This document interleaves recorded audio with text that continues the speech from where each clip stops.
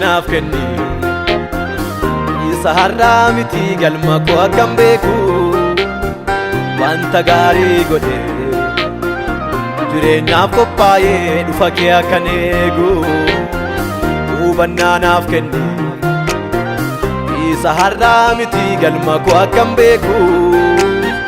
wanta gaarii godhe jireenyaaf qophaa'ee dhufa kee akkan eegu Burriif kaayyoon koo wantan deemaa jiruuf ammootummaa keetii adaraa Yesuus koo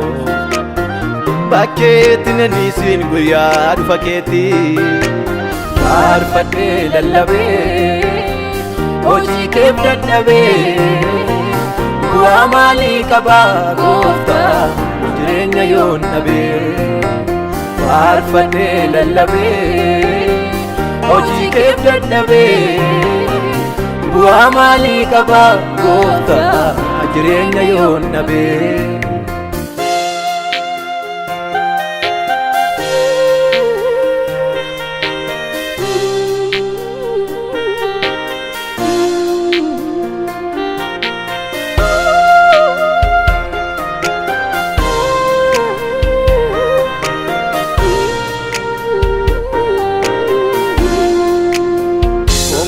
lafarratti otuma naaf guutee gammadee jaalataa garuu akkas miti guyyaadhuma irratti gonfoon na eeggataa foon koo lafarratti otuma naaf guutee gammadee jaalataa garuu akkas miti guyyaadhuma irratti gonfoon na eeggataa keessummaa jirta biyyi kee as miti lubbuu koo hin dagati iddoon jireenya kee qophaa'ee seegaa manni waaqarraati kanaafuu lubbuu koo obsaan eegi malee ni dhufa gooftaanii innoon si yaadata kaara laalaa naftuu gaddaabboo ichaanii biyyi lafaa kuni akka fixeensaati nan kennin waaqayyoo afaan bineensaati wanta amma mul'ate akka ture hin jirre na gargaari gooftaa qalbii koo akkan irree ganamaan mul'ate waan galgala jirre na gargaari abbaa koo qalbii koo akkan irree biyyi lafaa kuni akka fixeensaati nan kennin waaqayyoo afaan bineensaati wanta amma mul'ate akka ture hin jirre na gargaari gooftaa qalbii koo akkan irree ganamaa mul'ate waan galgala hin jirre na gargaari abbaa koo qalbii koo akkan irree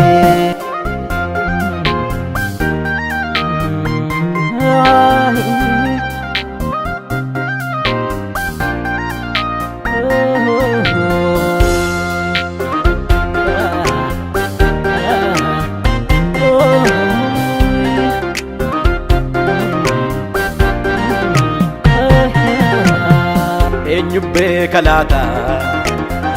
wanta waamameefi hunduun deema malee yeroon isaa hin beekamu akkattuutti dhufaa kun eenyuuf galee eenyu beeka laata wanta waamameefi hunduun deema malee yeroon isaa hin beekamu akkattuutti dhufaa kun eenyuuf galee qabsiifannee teenya daganne akka hin rabneef ibsicha dhaamsinee harkumaa qophoofna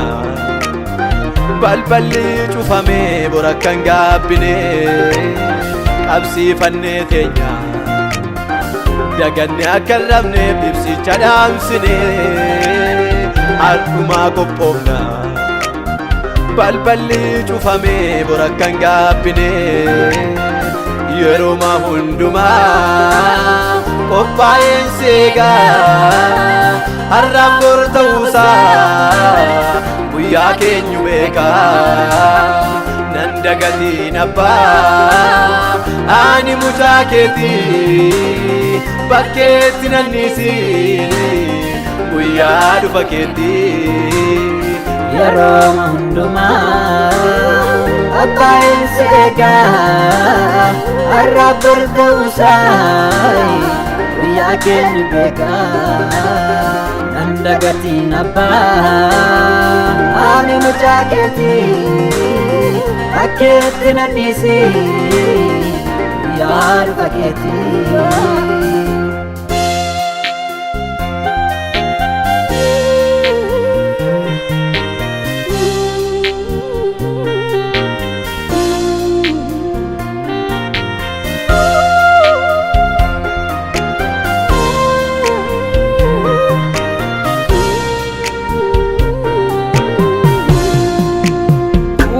Keen barbaada ras boris himmee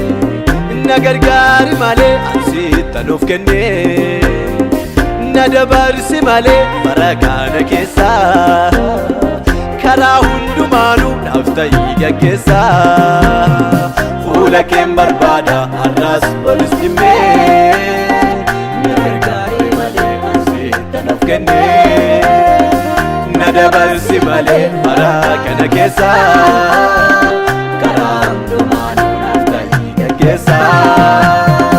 ansiin tajaajila mootummaa bara koo dadhabee akka namneef naqabii harka koo seenaa koo hin taasisiin seenaa abaaramaa har'as taanaan borus ansitti waamamaa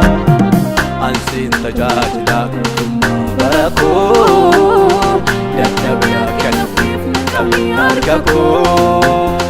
seenaa koo hin taasisiin seenaa abaaramaa har'as taanaan borus ansitti waamamaa